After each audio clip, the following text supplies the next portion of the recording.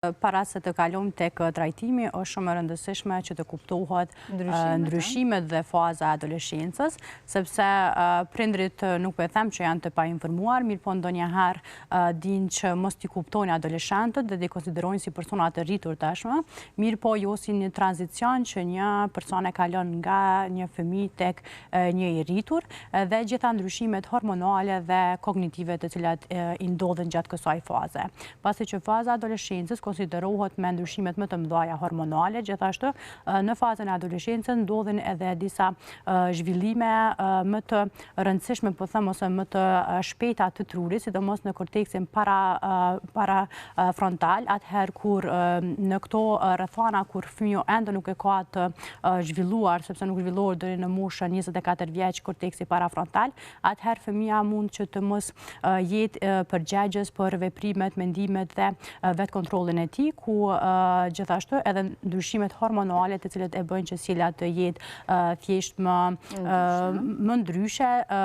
personi apo fëmia e cili është duke kaluar tash adoleshencën mund të mos i kontrollojë ato pasi që është diçka e brendshme. Kur flasim për hormonet, duhet ta dimë ndryshimet të cilat ndodhen në këto hormone. Po si ti dim faktikisht që fëmijët tanë janë në këtë fazë, meq tashmë është ulur mosha e adoleshentëve. Po, është ulur faza e pubertetit, por jo e adoleshencës, pasi që fëmijët në ditët e sotme po hyjnë më herët në pubertet, ndërsa adoleshenca konsiderohet prej 10-12 vjeç. Ndryshimet hormonale të cilat ndodhin është për shembull progesteronit, i cili është përgjegj tek djemt, ka rritje shumë të madhe përmenjëherë, ku konsiderohet hormoni i cili është përgjegjës për rritjen e muskujve tek djemt, për rritjen e qimeve, për thellimin e zërit dhe për ndryshimet hormonale të cilat ndodhin dhe ndryshimet emocionale gjatë kësaj faze. Gjithashtu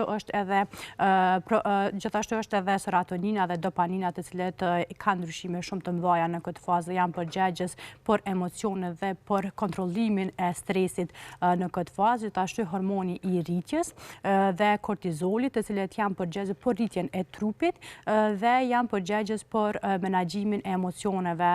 tek fëmijët. Për këtë arsye ne duhet ta dimë që fëmijët në këtë fazë nuk janë që ata nuk dinë të kontrollojnë emocionet e veta, mirë po është diçka e brendshme e cila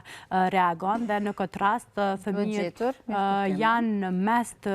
dy fazave, në mes kur i shohin ende si fëmijë dhe në mes të asaj kur i shohin si të rritur. Për këtë arsye as ata vetë nuk mund të jenë me një mes